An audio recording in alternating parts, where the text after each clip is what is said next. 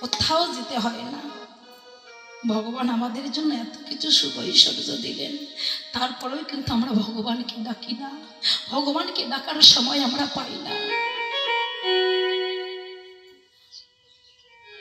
তো কৃত্তিকা দেবী কি করলেন? ওই যমুনায় প্রতিনিত্যই স্নান করতে যেত, প্রতিনিত্যই যাওয়া আসা করত। একদিন হঠাৎ করে কি হলো, যমুনায় স্নান করতে গিয়ে স্নান করে প্রতিদিন কৃত্তিকা দেবীর যে চিন্ময় সখী ছিল তাকে নিয়ে প্রতিদিনে স্নান করতে যেত।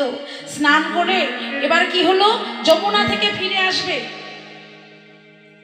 ফিরে আসার সময় দেখলো যে যমুনার মাঝখান দিয়ে একটি সুন্দর প্রস্ফুটিত পদ্ম ফুল যমুনা দিয়ে ভেসে যাচ্ছে। তো যমুনার ধারা যাচ্ছে ভাটি দিকে,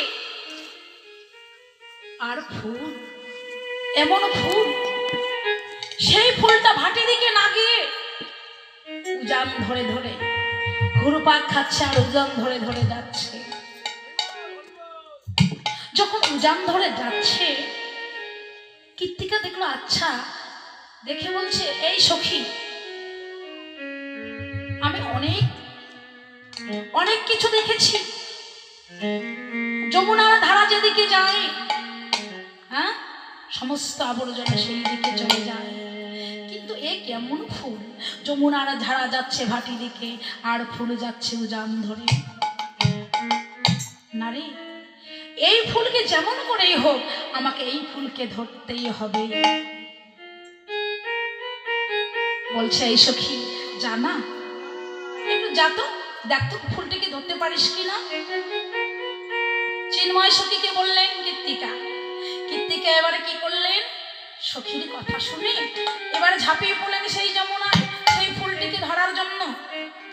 যখন সেই ফুলটিকে ধরার জন্য যমুনায় ঝাঁপিয়ে পড়লেন, কত চেষ্টা করলো, মানে কি চিন্ময় চেষ্টা করলো, অনেক অনেকবার চেষ্টা করলো, ফুলকে ধরতে যায়, ফুল অপর দিকে চলে যায়, আবার ফুলকে ধরতে যায়, ফুল অপর দিকে চলে যায়। কি বাবা,